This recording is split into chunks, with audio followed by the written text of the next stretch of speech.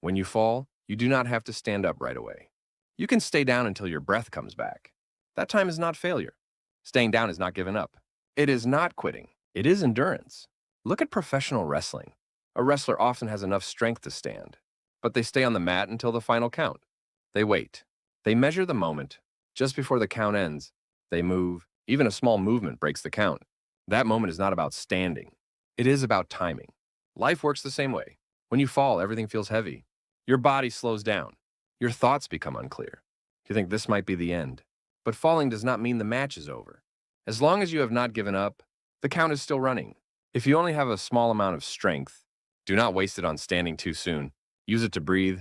Use it to calm your mind. Use it to stay alive in the moment. The time you stay down is not empty time. It is preparation you cannot see. Opportunities do not always come when you are ready. They come when you are still in the game. Staying down is sometimes the only way to stay in the game. In the next part, we will talk about why saving your strength is often more important than moving fast. People often say that opportunity comes to those who are ready. This is only partly true. More often, opportunity comes to those who are still standing. Not the strongest, not the fastest, but the ones who did not leave the match. Opportunity is quiet. It does not announce itself. It appears when you are tired and asks a simple question. Can you still move? To answer that question, you must have strength left. This is why saving strength matters. Many people fall and try to stand up too fast. They stand with their body, but their mind is already exhausted. Soon they fall again. Failure is rarely a single hit. It is a series of small losses. Regret follows. Doubt follows. Impatience follows. If you try to fight all of them at once, you will collapse. So you stay down.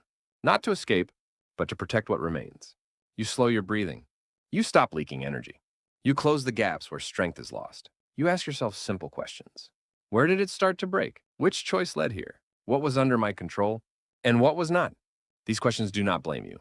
They prepare you. People do not survive because they never fall. They survive because they learn how they fall. Saving strength does not mean doing nothing. It means choosing not to waste yourself. Those who learn this can stand again.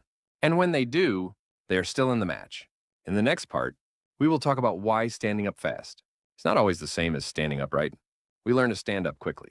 From a young age, we are told to move on fast. Do not show pain. Do not stop for too long. This is often called strength.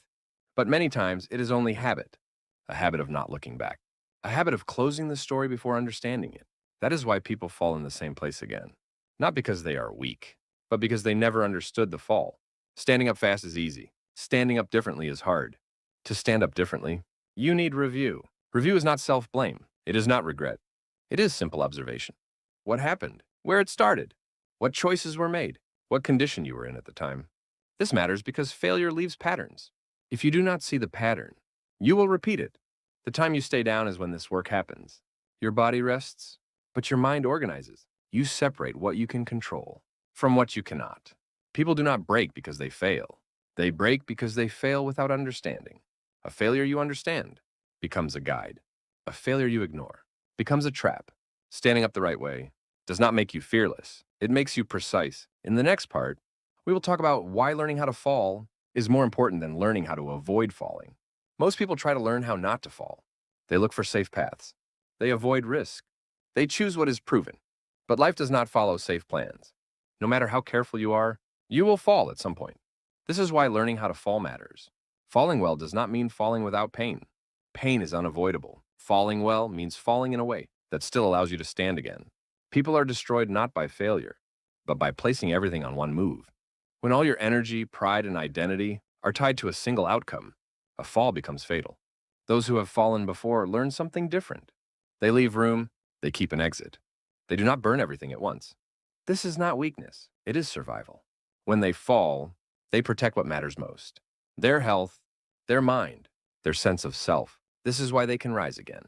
You cannot avoid pain, but you can limit damage. A controlled fall hurts less than a reckless one. People who understand this do not panic when they fall. They think, there's still something left. That thought keeps them alive in the match.